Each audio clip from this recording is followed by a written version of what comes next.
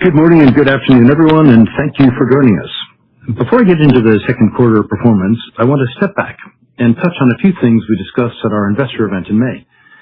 It was great to host many of you in Hong Kong. I hope the energy from the presentations and the discussions resonated with you and was a reminder of the momentum in our franchise. Our message was clear. We built a bank capable of delivering durable returns by sharpening our strategy, improving the balance sheet, investing in infrastructure, and focusing on areas where we have real competitive advantage.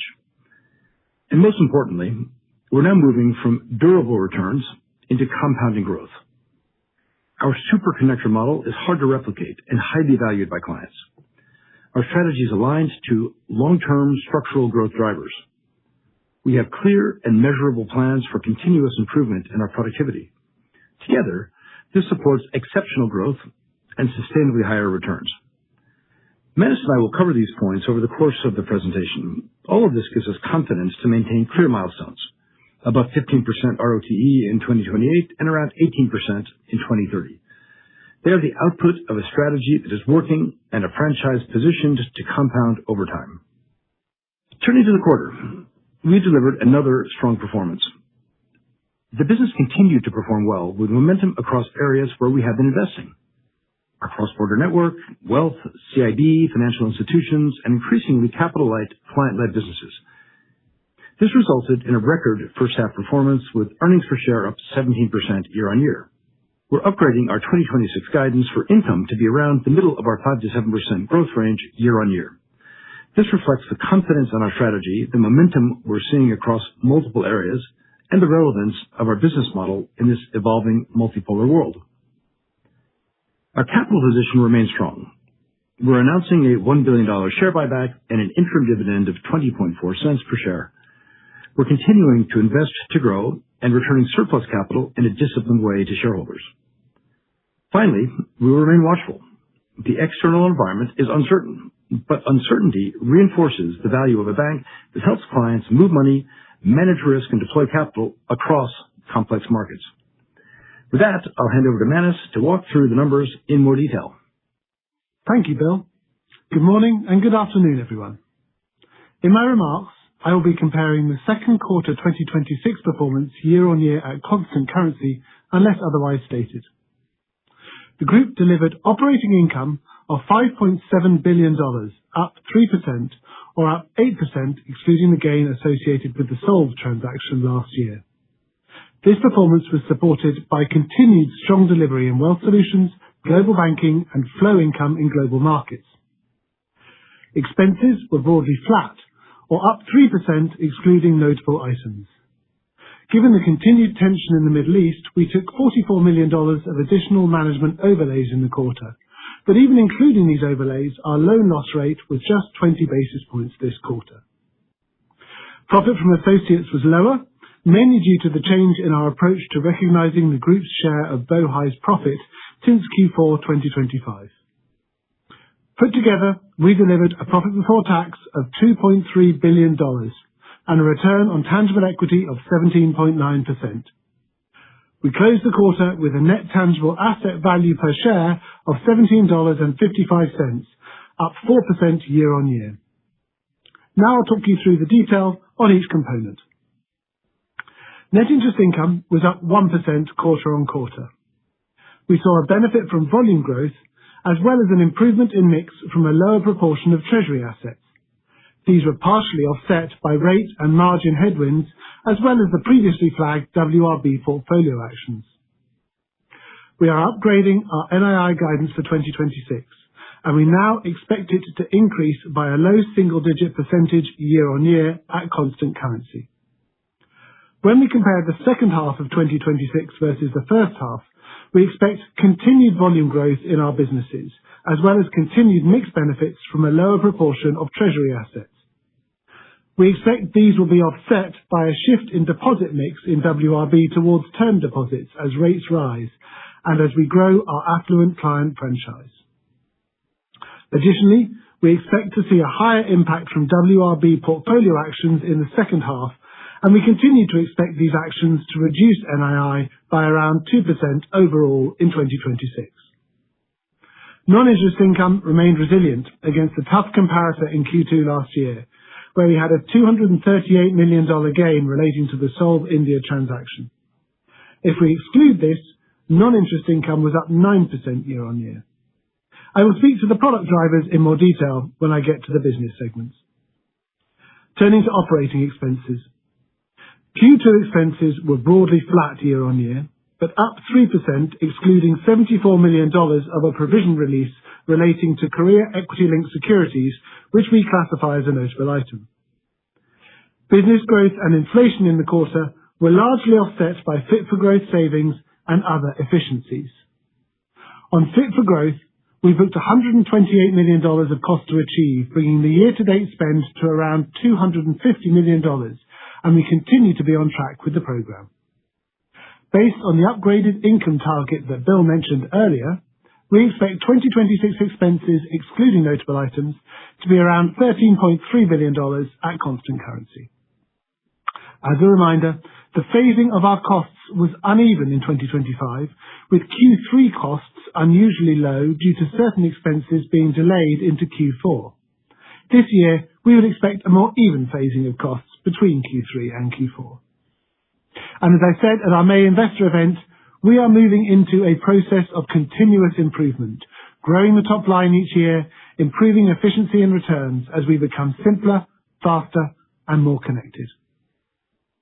Credit impairment for the quarter was $150 million. This includes an additional $44 million of management overlays in respect to the Middle East conflict, mainly for the petrochemical sector and potential sovereign downgrades. This brings the total management overlays in relation to the Middle East conflict to $234 million.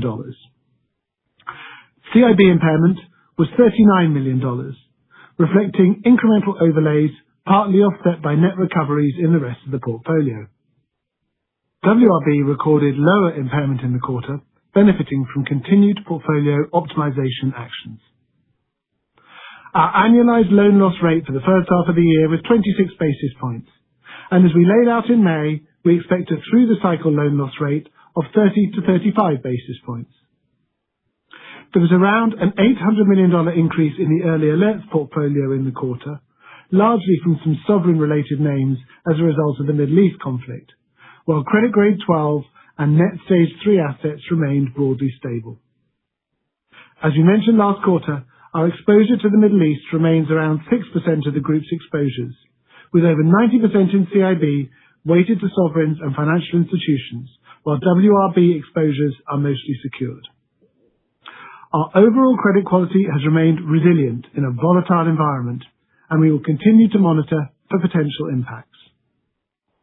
Moving on to the balance sheet. We saw 2% underlying growth in customer loans and advances in the quarter, primarily driven by the strong momentum in global banking, while we also saw some increase from secured wealth lending and mortgages. On a year-to-date basis, underlying growth in customer loans and advances was 5.7%. Note this was higher than the growth in average interest-earning assets, which was up around 1%, reflecting the continuing optimization of treasury assets, which we discussed at our May investor event. In customer deposits, we saw underlying growth of 2% in the quarter, with increases across WRB and CIB. Risk-weighted assets were down $4.7 billion, or 2% quarter-on-quarter, which we expect to largely reverse in the second half of the year. The quarter-on-quarter reduction was due to a decrease in credit risk RWAs towards the end of the quarter, where asset growth was offset by lower counterparty credit risk and the impact of optimization. Market risk-weighted assets were also down $1.4 billion in the quarter. In the second half of 2026, we expect RWAs to include business growth and the annual increase in operational risk-weighted assets. As a reminder, we expect the Day 1 Basel 3.1 impact to be broadly neutral post-management actions. Our CET1 ratio was 14.2%, driven by the robust amount of capital we generated in the quarter. And as Bill mentioned earlier, we are announcing a $1 billion share buyback and an interim dividend of 20.4 cents per share. Now, let's take a look at our business segments. WRB Q2 income was up 18% to $2.5 billion. Wealth Solutions delivered another record quarter with income of $1.1 billion, up 43% year-on-year. This was driven by a broad-based performance across geographies and products. We raised $15 billion of net new money, with $9 billion coming from wealth. Our first half net new money is equivalent to a 15% annualized growth in assets under management. Momentum in client acquisition also continued as we onboarded 76,000 new-to-bank affluent clients in the second quarter. We have not seen any material change in client behavior throughout the quarter.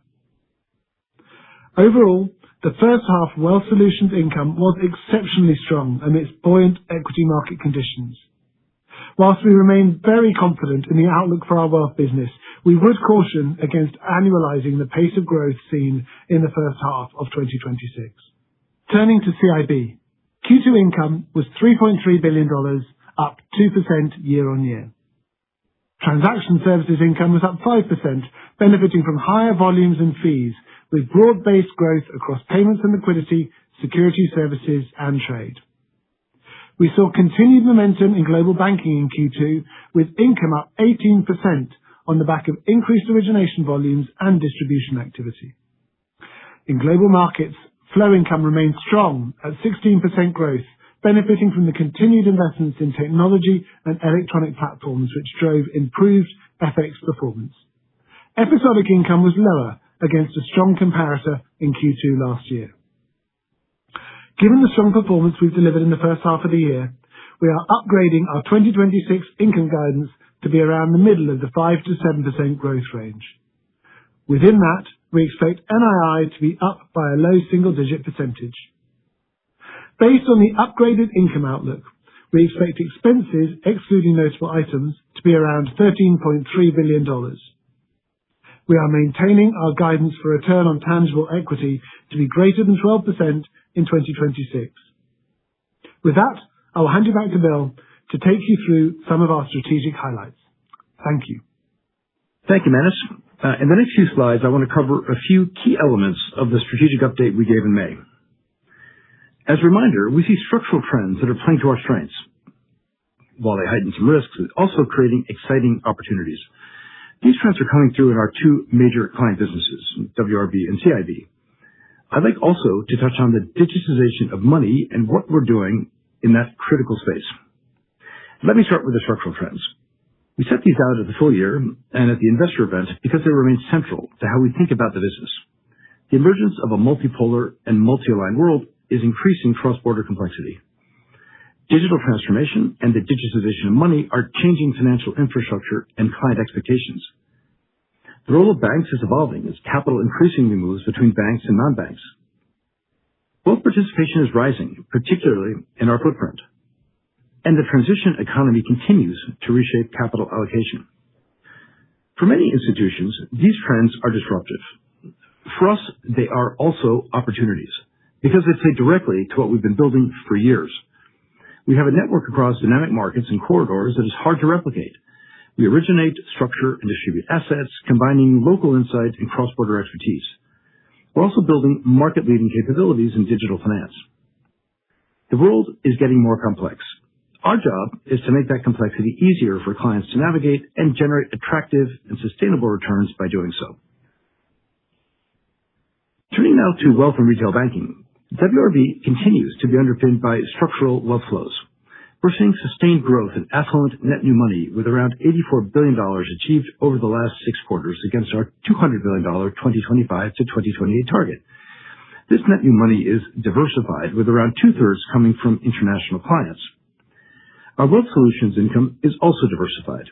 The 38% year-on-year growth in the first half was broad-based across clients, products, and markets. We saw double-digit income growth in high net worth, international, and domestic client groups, as well as across investment funds, capital markets, and bancassurance products. And reflective of our geographic diversity, we recorded double-digit Wealth Solutions income growth in 13 markets. We're also benefiting from deeper collaboration across the group, bringing together our wealth, banking, and markets capabilities to serve clients more holistically. This is helping us capture a greater share of client wallet and further improve the quality and resilience of our earnings. We've developed a recognized platform that's coveted by the world's most successful asset managers. This helps us attract, retain, and develop the best relationship managers in the market. Together with our ongoing investments in cutting-edge technology, we believe we're building the basis for continued strong momentum in our business. Turning now to corporate and investment banking. Our transaction services, global banking, and global markets businesses continue to benefit from the same structural trends that underpin our broader strategy. As supply chains evolve, capital flows shift, and clients navigate a more complex and increasingly multipolar world, the value of our network continues to increase. Clients are looking for a partner that can connect markets, provide local expertise, and support increasingly sophisticated cross-border activity. That plays directly to Standard Chartered's strengths. We're seeing that reflected in the continued growth in network income, which is up 8% year-on-year in the first half, and our financial institutions business has generated higher returns on risk-weighted assets in the first half than the CIB average as we continue to focus on this client segment. More importantly, we're seeing strong client engagement across a growing number of corridors and products as clients adapt their supply chains, investment decisions, and operating models. We're also seeing how geopolitical and market shifts are creating new opportunities for our network. In the Middle East, for example, issuers have increasingly turned to private capital solutions as public markets have become more challenging. Our ability to connect liquidity across regions and investor bases has allowed us to remain at the forefront of that activity, including maintaining our leadership in Sukuk and supporting clients as funding needs evolve. In 2026, banking has grown at a supernormal rate again, with the first half income up 19% year-on-year as we support corporate and FI clients. Our originate-to-distribute model continues to grow, with origination and distribution volumes up 37% and 15% respectively, and the pipeline continues to be very robust. As a result, we're not just growing, we're continuing to improve the quality of the franchise, with a greater proportion of income coming from network-led and higher returning activities where we have a clear competitive advantage. Turning to our digital asset capabilities, this is an area you've heard me talk about in previous quarters, and we continue to see significant growth in activity and client engagement. When we talk about digital assets, we're not talking about a separate business. We're talking about the next evolution of financial infrastructure and how Standard Chartered remains at the center of global trade, payments, and capital flows. Our approach is built around three areas. First, blockchain as an infrastructure, helping clients connect to new rails for issuance, settlement, and payments alongside existing systems. Second, banking the digital ecosystem, providing regulated banking, payments, liquidity, and risk management services as digital asset firms mature. And third, digital assets as an asset class, enabling clients to access, transact, and custody assets in a safe, regulated, institutional-grade environment. What ties this together is our role as a superconnector. Clients come to us to move money, assets, and risks efficiently across markets, jurisdictions, and time zones. A good example is the first digitally traded intraday FX swap completed in the first half. The transaction was small, but the significance goes beyond a single trade. This demonstrated a pathway to faster settlement and a more efficient 24/7 financial system, practical innovation that can improve client outcomes and our own infrastructure. We've also seen material tokenized deposit growth in 2026, with around $11 billion monthly run rate, primarily from the ECNY cross-border settlements on Enbridge and our multi-currency work with various clients. The message is straightforward.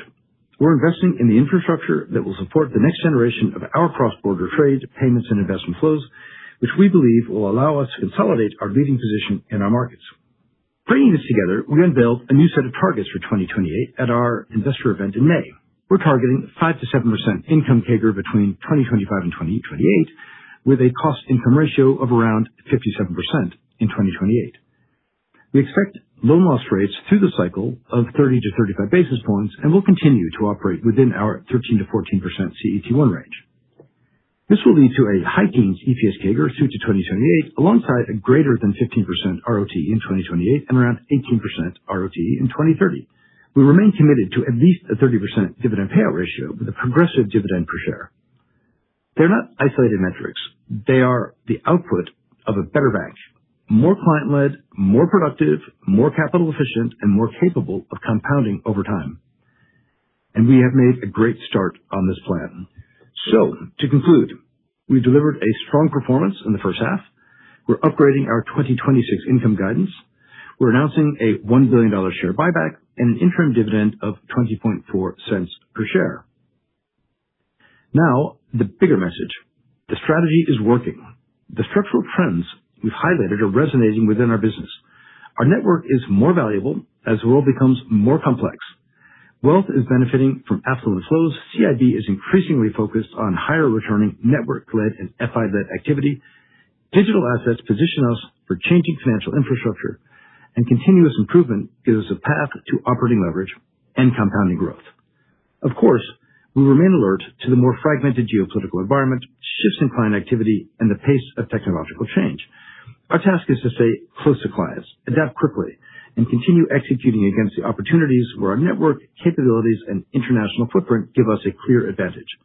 Lastly, I want to note that building on our Hong Kong event, we plan to host over the course of the next 18 months or so a series of network spotlight seminars showcasing how our regional strength underpins our network advantage and create value for our clients and shareholders.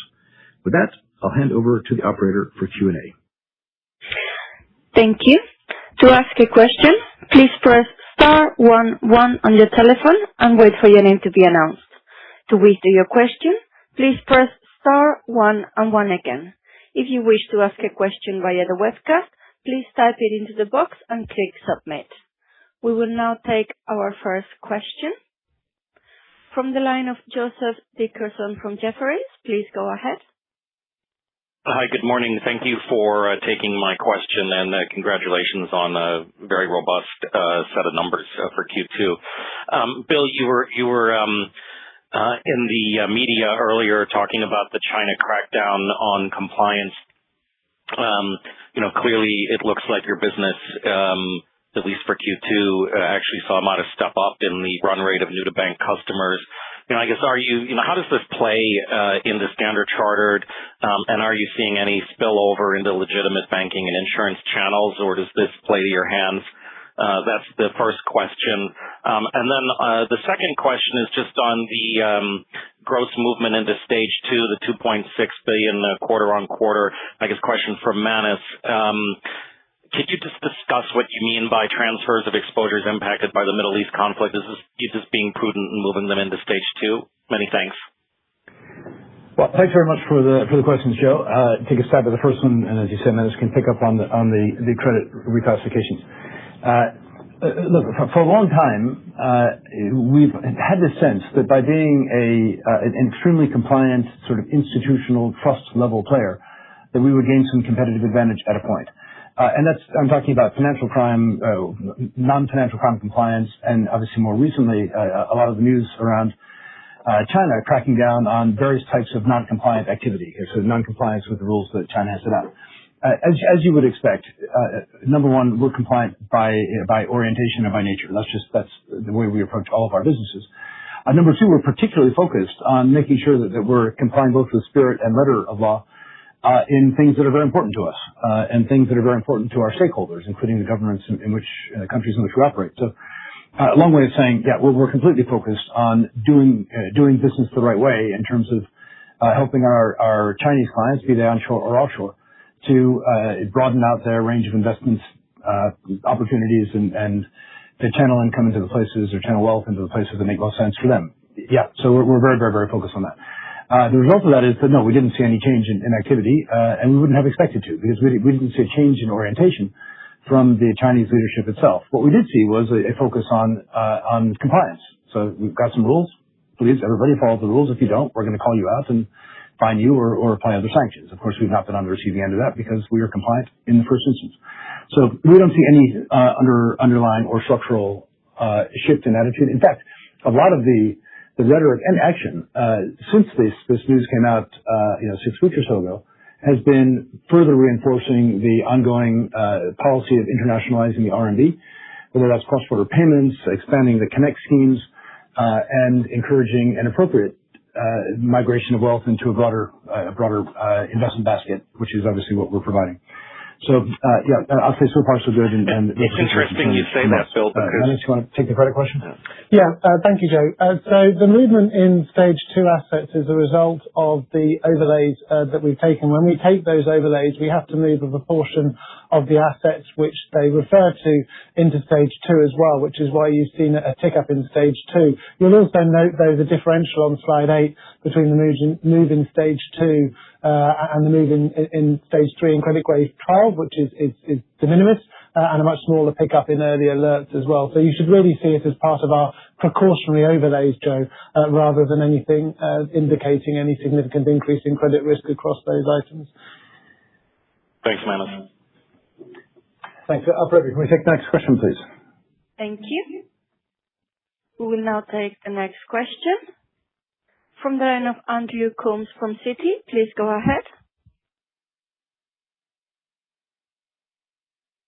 Morning. Just one follow-up, and then I'll switch gears to capital and capital return. I think the MOF issued a document on the 24th of July tightening up personal income tax rules on offshore trusts. So just interested in any thoughts you have on that and any implications that has for your wealth business, please. And then secondly, on capital, I'm going to ask two parts to this question, so forgive me. But the first part is you've had a very good reduction in RWAs this quarter, down 2%, but you said that's going to reverse in the second half. So can you just explain the dynamics there? And secondly, how are you thinking about the capital return mix? Because the dividends come in a bit better than consensus, but the buyback is a bit lower. So happy for any comments on that. Thank you. Great, Andrew. Thanks very much for the questions. Per my earlier answer, I think we have seen and should probably expect to see an ongoing focus around compliance. And in the case of your questions, is compliance around the way trusts are established and the motivation for those trusts and the way that they're managed. So first thing, we have a trust business. There's a small, I would call it close to immaterial, proportion of our AUM that is sitting in trusts. Number two, the responsibility for the tax affairs of our clients that are operating in those trusts is with the client. And number three, we, as part of our ongoing due diligence and onboarding process or inclusion in a trust, satisfy ourselves that the client is discharging her or his appropriate responsibilities vis-a-vis different tax authorities, compliance authorities, etc. But it's not ultimately something that we can police entirely. But we see no material or practical impact on our business. And when we step back and say it doesn't make sense for tax authorities around the world to crack down on activities that they deem to be outside of the spirit of their intentions, I think that's quite normal. And I think we see that from most countries. Capital, I'll let Manus dig into the details, but broadly, especially as we come into the rest of this year, we would expect to see some RWAs moving around a little bit, including operational risk capital. Obviously, market risk capital moves around a bit, and the things that we're putting on our balance sheet or taking off will also be a little bit volatile from quarter to quarter, which is why we called out specifically why the slight downdraft towards the end of Q2 is likely to reverse in the second half. So I wouldn't read anything in particular into that. But in terms of capital return mix, of course, we're going to debate regularly and openly how we combine the ongoing buyback program that we've had with dividends, and we've been very, very clear about 30% plus payout ratio on earnings and our desire to have a dividend per share that's progressive. That is sort of first and foremost. We're also going to look at the value of our company from time to time, and I can tell you we're very happy to buy back $1 billion worth of shares at this price. And even after today, we'll still be very happy to buy back $1 billion of shares at this price. But we're going to make that judgment from period to period. But Manus? Thanks, Bill. Just to give a bit more detail on the RWAs. There was some timing of some flows, Andy, which came across in the quarter. So some banking deals moved into Q3 versus Q2 towards the end of the quarter, and some deposit flows came in as well, which is why we saw a bit of a dip and then a pickup at the beginning of the third quarter. So hopefully that's clear in the way that we've talked about it and presented it. In terms of the dividend and the mix of dividend versus buyback for capital return, I think Bill explained the longer term philosophy quite well. Bear in mind that the interim dividend is worked out on a mechanical basis. We do it as a third of the previous year's full year dividend. So we're not making any commentary with our interim dividend here. It's the same policy that we've introduced before. And when we get to the end of the year, we'll take that view on dividend versus buyback versus growth that we've talked about in the past. Great. Operator, can we take the next question, please? Thank you. We will now take our next question from the line of Perlie Mong from Bank of America. Please go ahead. Hello, good morning. Can I just unpack the wealth trends a little bit?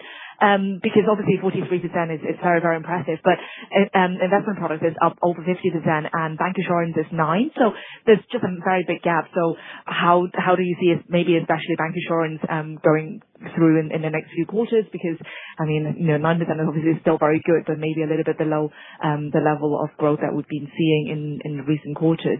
And then on investment products, is there anything, well, I guess historically you don't talk about correlation with the stock market, but clearly Q2 was very, very strong in equities across many of the markets that you have footprint in, Korea, Taiwan, etc. And since then, I guess a lot of those markets have come down a lot. So how do we think of that piece? Was there a lot of just sentiment uplift from the stock market activities in the quarter?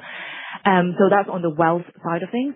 And then on CIB, I guess again it's probably two parts, so excuse me for that. The first one is episodic income was obviously against a strong comparator last year, but I suppose listening to peers and across most metrics, it does look like capital markets was strong in Asia this quarter. So I'm just somewhat surprised by the episodic coming down a little bit. So if you could just help us understand what drives your episodic income a little bit, that would be really, really helpful. And then secondly, if I look at income over RWAs, it's pretty much flattish versus last year this time, and with RWA also actually maybe benefiting from some of the timing benefits that you've talked about, and you've guided to income over RWA improving in the next couple of years. So I suppose the question is, when would we expect to see more of a significant pickup in that? Great, Perlie. Thanks for that whole slew of questions. Sorry. We'll try to take them in turn. Wealth, thanks for noting the very strong wealth quarter. It has been strong in investment products. I think 9% growth in bank assurance is also strong, but you point to the gap. A couple of things to remind ourselves. One is we have been in a risk-on environment, for sure. And while we think that the structural flow of net new money, new clients, AUM, we really think of that structural. We're going to see behavior trends which are a function of risk appetite in the market. And in a very, very compelling risk-on period, which the first half of the year has clearly been, we're going to see a relative outperformance in investment products relative to banca, which is a relatively defensive product. So that mix is not surprising at all in the context of the sentiment in the market. The correlation to equity markets is always an interesting one to try to assess and analyze as well. I think the good news, if I can make a general comment, is that we have a very diversified set of wealth products. And obviously it starts with deposits, CASA and time deposits, which are the most defensive, very attractive for us to generate, but defensive. Obviously at the other end of the spectrum, we've got equity-linked products and variations in structured notes and things like that.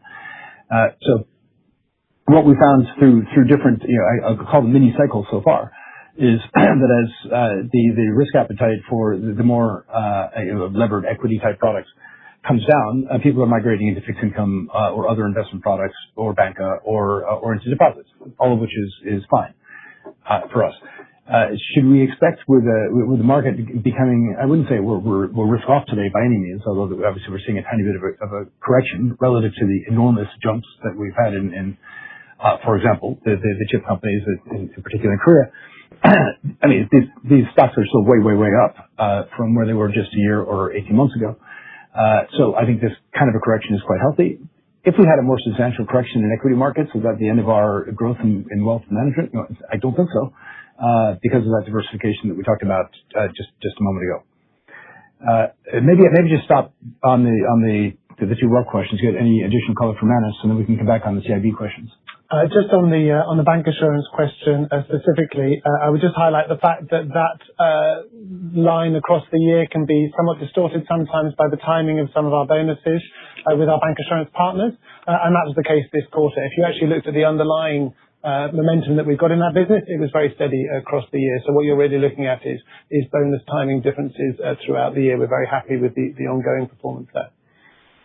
Great. And on CIB, we've got to focus on the good first. The episodic income is a meaningful positive. That's a good thing, although it's down from an extraordinary positive last year. So no concerns about our ability to deliver returns on large customer deals and our ability to capture value on substantial market moves. That continues to be very strong. The flow income up 17-18% is just fantastic. And that, of course, is the thing that we're investing in consistently in terms of client-facing professionals, interaction between our transaction banking business and financial markets, interaction between the retail business and our structured note origination volumes, and the financial markets business, et cetera. So I'd say that flow income is the gift that keeps on giving, and that's into that which we are investing. The episodic is obviously materially positive, but often compared to a very, very strong year last year, which, as we will recall, was the year or the period that tariffs were announced, and we had very, very substantial movements in markets, especially in our developing economies. The income return on risk-weighted assets, look, I mean, the RORWA that we're generating is consistent with our target return on tangible equity.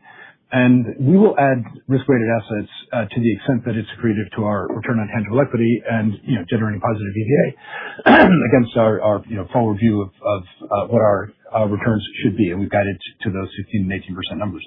So a flat RORWA at a high level is just fine in terms of in terms of EVA accretion. That's what we're focusing on. We found some really interesting opportunities to deploy assets in the second quarter, notwithstanding the reduction that Manus has talked about in terms of end of quarter RWA reductions versus some kind of return of those RWAs in the second half of the year. We do think structurally over time, as we continue to optimize our portfolio, as we continue to have a higher proportion of our income coming from financial institution clients rather than corporate clients, as we continue to develop our originate to distribute underlying credit intermediation model, we think that there's structural opportunity to increase our RWA, but we're very happy with the returns that we're generating now, and if we could deploy another 10 billion of RWAs at the returns that we're generating here, we would do that. Thanks, Bill. Just to follow up on the calculation of return on risk-weighted assets, remember, Perry, that we do calculate that on an average RWA, of course, across the quarters, so it's not just on the spot at the end. And in fact, if you look, I think you were comparing Q2 to Q2 last year, our RWAs were actually higher in the second quarter of this year than they were in the second quarter of last year. And as Bill said, we had a very strong episodic print in the second quarter of 2025. So all told, that return on risk-weighted asset number, we think will move up over time. We've given you the structural drivers behind why we think that will move up. Obviously, quarter to quarter, there can be some noise in it, but we're happy with the trends, as Bill said. Cool, thank you. Great, thanks, Rosie. Operator, can we take the next question, please? Thank you. The next question comes from the line of Aman Rakkar from Barclays. Please go ahead. Thank you. Good morning, Bill. Good morning, Manus. Yes, two questions, please. One is on net interest income. So obviously good to see the guidance uplift in the quarter. It looks like, for the full year, sorry, and it looks like you're stepping away from this expectation that pass-through rates should normalize in your footprint. But I am struggling to make sense of what looks to be a relatively conservative guidance for the full year. I think your guidance at face value implies net interest income flat in H2 relative to H1. So can we talk about the degree of conservatism that's embedded in that? And I guess you're pointing to the WRB deposit mix dynamics. So it'd be great to give us a sense of how much additional mix shift you're kind of embedding in that guide. The second question was, unfortunately, also about income guidance. On the non-net interest income front, if I, again, just take your guidance at face value, it would actually imply an H2 outturn for non-net interest income that I think would be actually some way below what consensus is factoring in for H2. So I'm just interested if you could comment on that. Would you encourage us not to overinterpret the guidance at face value, and is it conservative, or would you call out any particular line items in consensus for the full year that you think might look a bit rich? Thank you so much. Great. Thanks, Aman. I'm going to let Manus dig in on both those questions. Just say that we've guided to an ROTE in excess of 12%, and obviously the operative words there are in excess of, rather than the 12% itself. As always, we would hope to deliver performance as we did in the first half that suggests that there's an underlying strength that would allow us to surpass any of the guidance numbers that we give. But sort of fine-tuning, especially in an environment like this, from quarter to quarter, it just seems a little bit unwise or imprudent. So we can get into all the details that you talk about, but there's nothing that we see in terms of the momentum of the business or the degree to which we've started with a perfectly fine July or Q3 that suggests that we can't maintain the kind of seasonally adjusted run rate that we've been talking about in our businesses, both on the NII side and on the non-NII side. But Manus? On the question on NII specifically, Aman, coming into the second half, I think you should think about a number of factors. There'll be hopefully some more volume growth, as we discussed on the slides and in the script. Offsetting that, I think there will be this impact from the WRB deposit mix. You'd have seen that we grew our TD base in the first half more quickly than we grew our CASAs, and those TDs are slightly lower margin. That's a result of both our growth in the affluent business and the fact that rates on TDs were a bit more attractive for customers during that period. So the flow through of that into the second half will have some minimal impact. And I think you also need to bear in mind as well, we've talked to you about a 2% impact from some of our business exits and portfolio rundowns across the course of the year. That's more weighted to the second half than the first half. So if you piece those things together, I think you'll see why we end up with the kind of guidance we've got of low single-digit NII growth. The impact of rates on the second half of the year will not be that material at this point if you look at what we're saying about the curve and flow that through into the second half.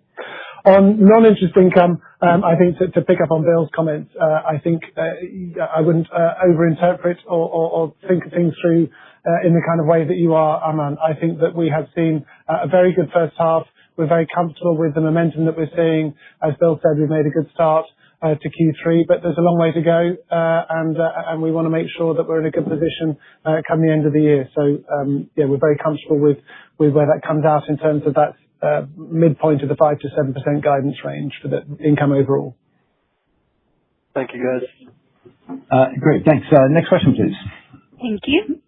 Our next question comes from the line of Guy Stebbings from BNP Paribas. Please go ahead. Hi, morning everyone. Thanks for taking questions. I was going to ask something pretty similar to Armand, but maybe I'll just briefly follow up on one point there and then ask something else. In terms of net interest income and rate assumptions, you're saying not a big support in the second half of the year, but I think you did call out that sort of the reason for the negative deposit mix is higher rates. And if I look at your currency weighted curve, it does imply some support in the second half of the year. So can you just sort of help me think about the rate impact, the headwind you get on the mix effects without there being kind of the more pure margin benefit from that? And then the second question was just on slide 16, you show progress on affluent income share in WRB. It looks like you're sort of well on track to really outperform that 2028 target. Just interested how we should think about the economics there. You did come in better than your expectations there. Thank you. Great. Thanks for the questions, Guy. I'll turn to Manus on the further detail on the NII and rates sensitivities. Look, the affluent income has been strong, and if we can continue with the pace of net new money growth and that translating through to wealth income, it's also obviously flowing through into an attractive deposit mix, then there's plenty of upside, and I think that's what we've been calling out in terms of the structural strength. And how much of that upside it shows up in the second half of this year versus in future periods is going to be somewhat dependent on the market. But I think our competitive positioning is quite good from what we can see, and I think it's a combination of being present, so having the onshore capability across a number of markets. And I know that there's even on this call there's been a bit of a focus on the China component, but the mainland Chinese component of the growth in our wealth income is something like a third, with another third coming from our other core markets and the third coming from onshore, including China, India, Korea, Taiwan, etc. So it's really a very broad-based business, and the sources of new money are broad-based. The range of investment products that we're offering is broad-based, I guess as broad as anybody offers. A reminder, we are open architecture, so we're not sort of compelled to sell the stuff that we happen to produce. We're selling the stuff that we think is the best for our clients, which makes us a very desirable intermediary for the world's best manufacturers. So, I mean, I'm repeating things that we talked about as recently as May, but I think it's worth repeating that we think that this is really a very high quality business. It's very broad-based, well diversified. We commented I commented earlier on the risk, sentiment sensitivity to the business. It's there. We're definitely not going to pretend that it's not. But the structural drivers really are quite structural. So if we can continue to beat the kind of guidance that we've given ourselves, of course, we would expect that to flow straight to the bottom line. Dennis? Yeah, on the NII point, look, if you look at our curve, rates are up 20 basis points in the second half versus the first half. So that's not a huge delta on the 6-month basis. And I'd also point out as well that, as we know, the rates environment remains volatile. So that's why I was saying I don't think that move will have a meaningful impact second half on first half. And if you think about the mix, we grew within our largest retail markets, our TD base by $6 billion in the first half, and our CASA by $3 billion in the first half. So you can see that kind of switch happening within that business.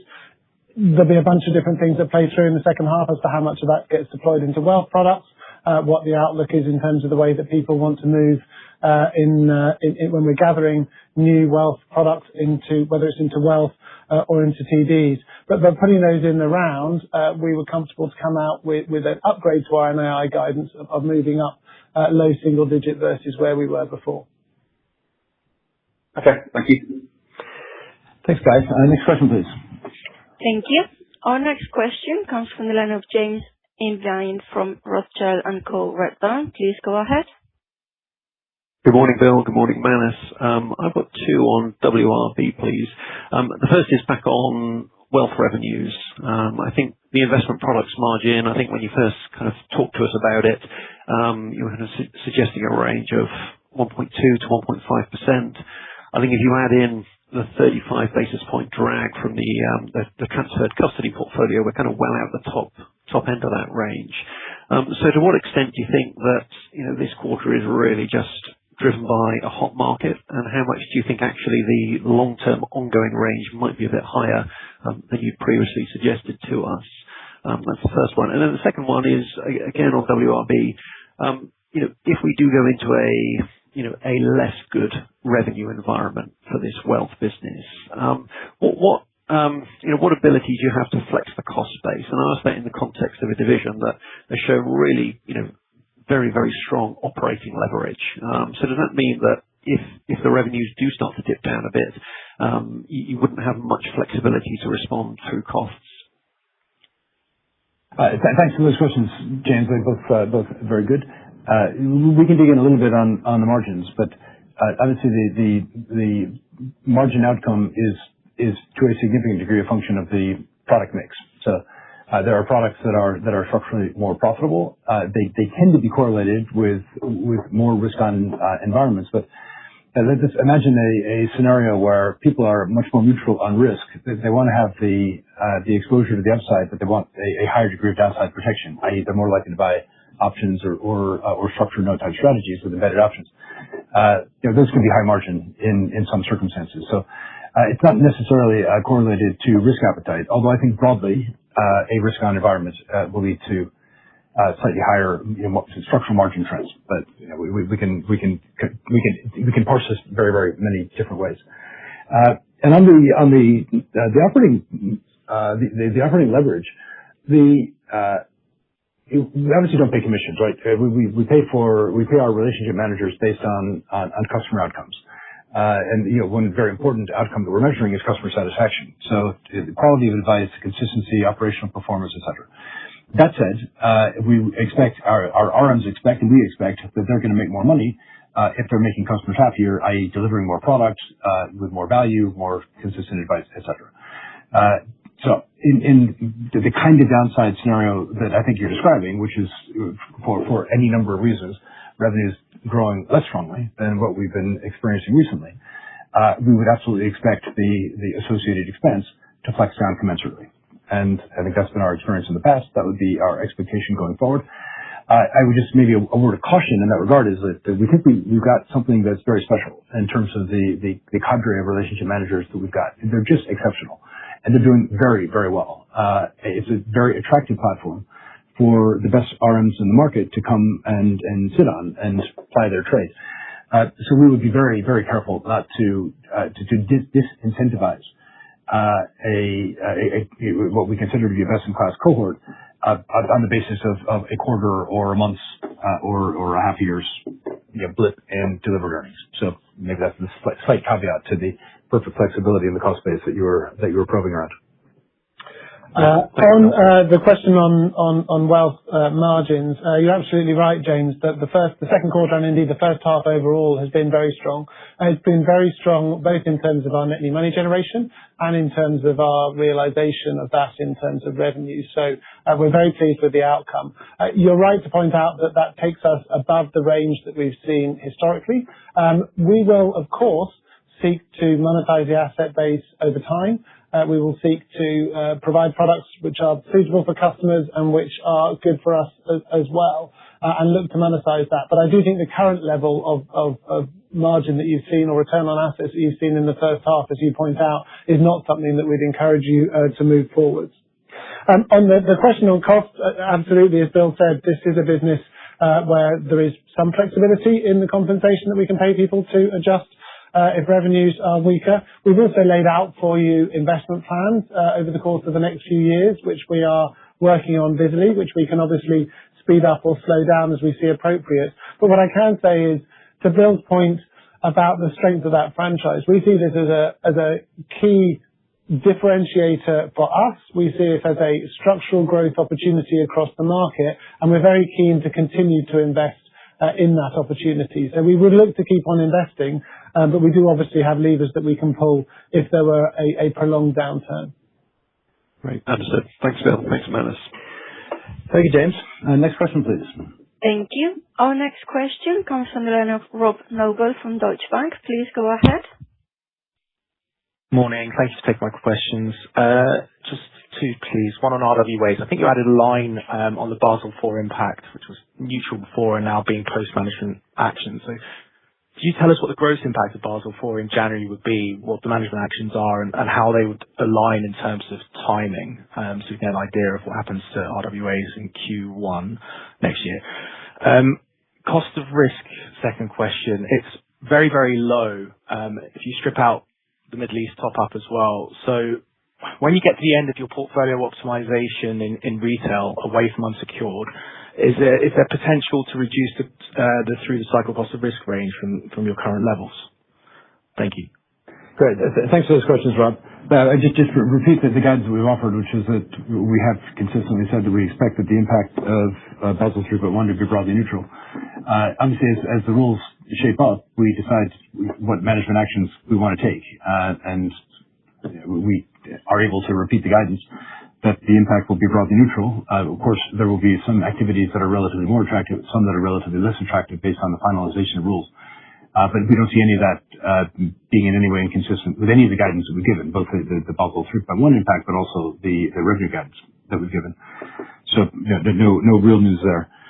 And on the cost of risk, It's just very low, right? I mean, we don't think we can go through a full cycle with having essentially no cost of risk on the CIB side of the business.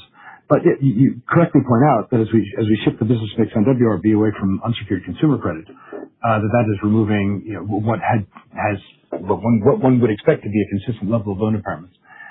Would that be enough to offset what would be some kind of normalization on the CIB side? Well, so far the answer has been yes, but we continue to guide to 30 to 35 basis points through the cycle, on the assumption that at some point the credit cycle will be a little bit less benign for the market. Just one final footnote there. We would expect to outperform, famous last words, but we would expect to outperform in a more adverse credit environment because we've so significantly increased the investment grade proportion of our book. It remains a short-dated book. We have been very, very careful on the concentrations in the portfolio and have been consistently for many years now. So, while we guide to some normalization over time, we don't expect to be in a position where we're having to explain why we're not doing as well as the market at any point in time. We would expect to outperform. And on the Basel 3.1 comments, we have talked about management actions in our guidance in the past, and our broadly neutral language is consistent with what we've said before.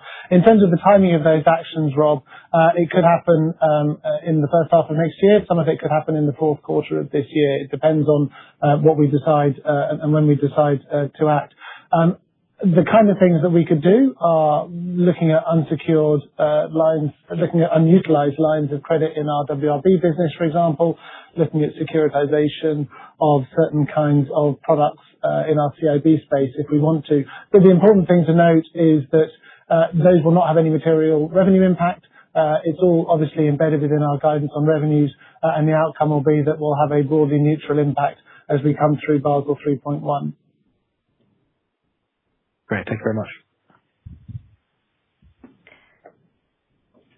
Thank you. Our next question comes from the line of Nick Lord from Morgan Stanley. Please go ahead.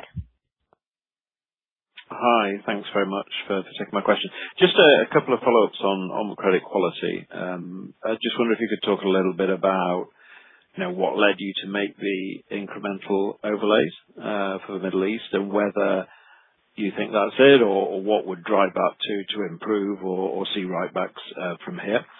I'm just trying to work out if there is any more credit risk there now you think you've captured the whole thing. And then secondly, just if there's any comment or update on credit quality in Hong Kong CRE, or is that no change? Great. Thanks very much, Nick, for those questions. Managed to get into rhyme and verse on the specifics of the overlay, but as we described before, we look at scenarios, we look at very adverse scenarios, and we imagine what the ratings migration could be in our portfolio in those very adverse scenarios, and then we try to weight them. The longer the conflict in the Middle East persists, the more the scenario is expected to bite. So it's a mechanical process in the sense that we're translating scenarios that we've determined somewhat subjectively into credit rating migrations, and taking an overlay on the back of that. So it's not just a finger in the air, but the scenarios themselves, you can say, are a finger in the air. And as we've seen even in the last week, the volatility of kind of expected outcomes in this conflict move around a lot from day to day. That said, we're not seeing any signs of stress directly. So we can imagine, we can feel that there are pressures building on some of our more fragile emerging market sovereigns who are experiencing now a sustained period of higher energy prices.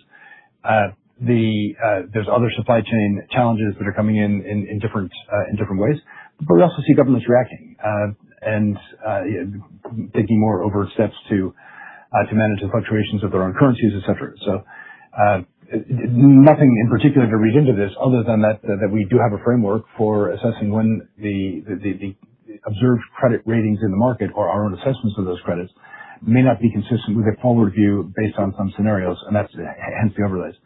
Hong Kong CRE, we've not seen any change. As you know, it's not a big exposure for us, and that which we have had has been managed very well for some time. But the residential market is continuing to steadily improve. The office market continues to be in the doldrums, but it's certainly not getting worse, and it may be in some cases getting better. So overall, nothing to report there. Manus?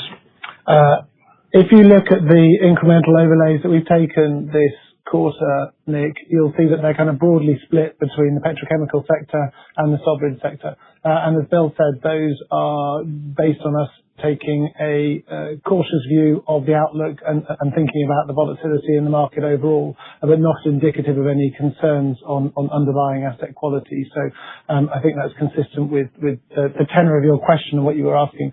And on Hong Kong CRE, as Bill said, it's not a huge exposure for us. Clearly, the signs in the market are somewhat more encouraging. There's a reduced office vacancy rate at the moment in prime locations. Residential prices are obviously up year to date, but it's not a huge exposure for us. It hasn't been a big downside for us, and we're comfortable with the position the book is in at the moment and the upturn in that market. Perfect. Thank you. Thanks, Nick. Next question, please. Thank you.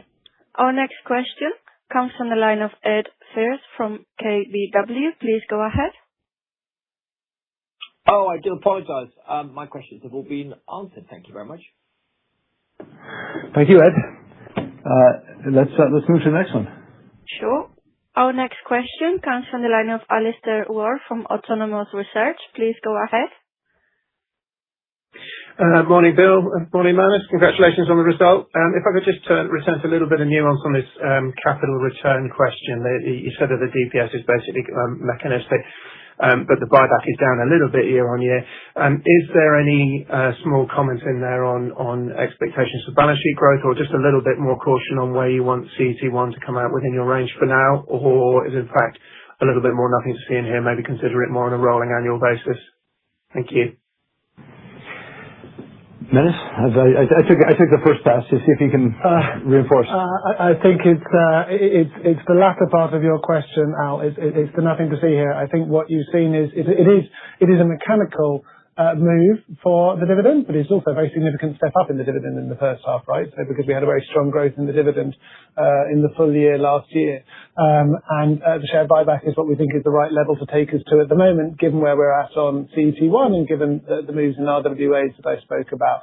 You know, over time, we have provided for you the capital return framework. We presented that in May, and you'll see that our dividend payout ratio there, as Bill mentioned earlier, is at least 30%, and that will see us step up in terms of dividend distributions, and we pay a progressive dividend. But I wouldn't overread into the size of the buyback this half versus the first half last year.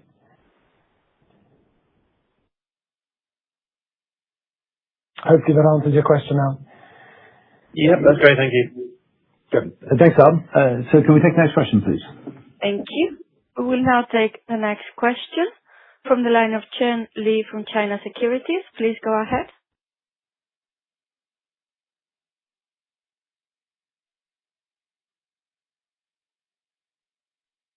Chen Li, China Securities, please ask your question.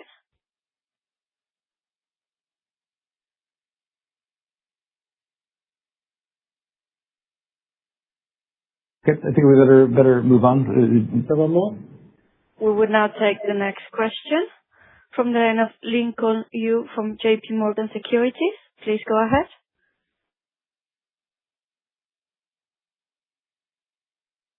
Hi, sorry, here's Catherine from JP Morgan.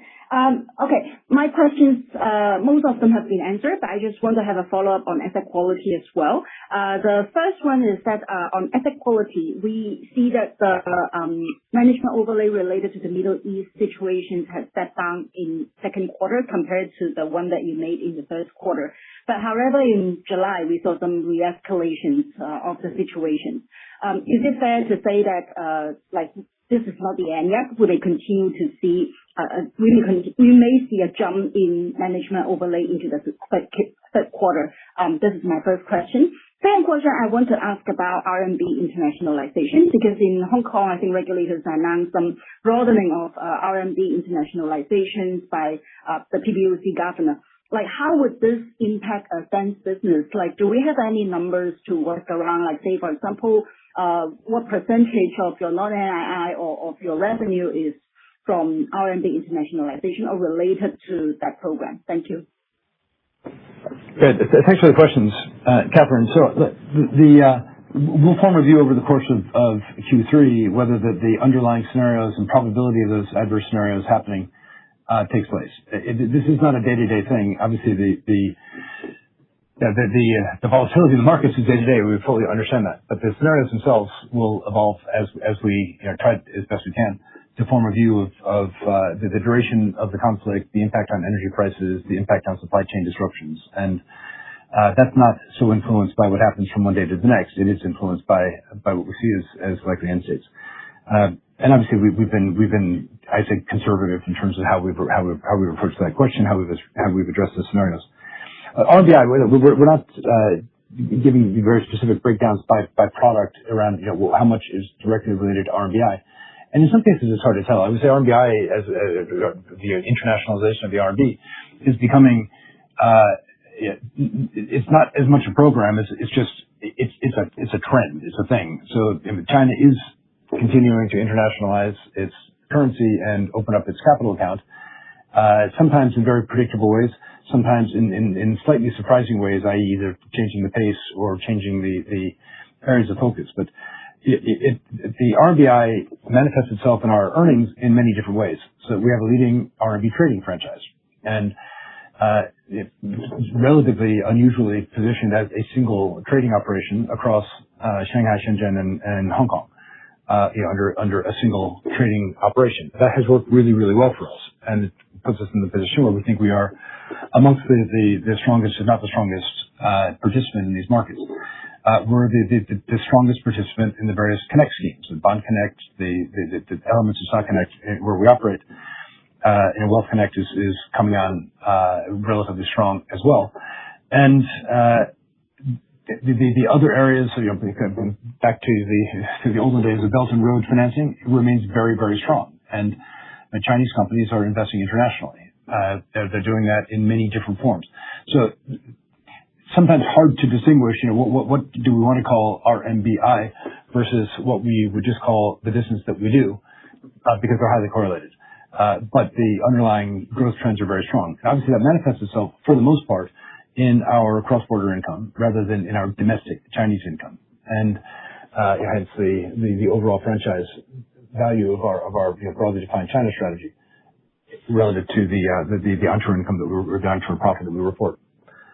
Menace, anything? Just on the two questions. First of all, on the Middle East, of course, we are cognizant of the situation. Of course, we are as up to date as possible in the overlays that we take. I'd encourage you, Catherine, to go back to the answer that I gave previously and look at the asset quality, the underlying asset quality that we've got, which remains quite strong. So these are very much precautionary overlays that we're taking at the moment, with a mind to the environment remaining somewhat volatile.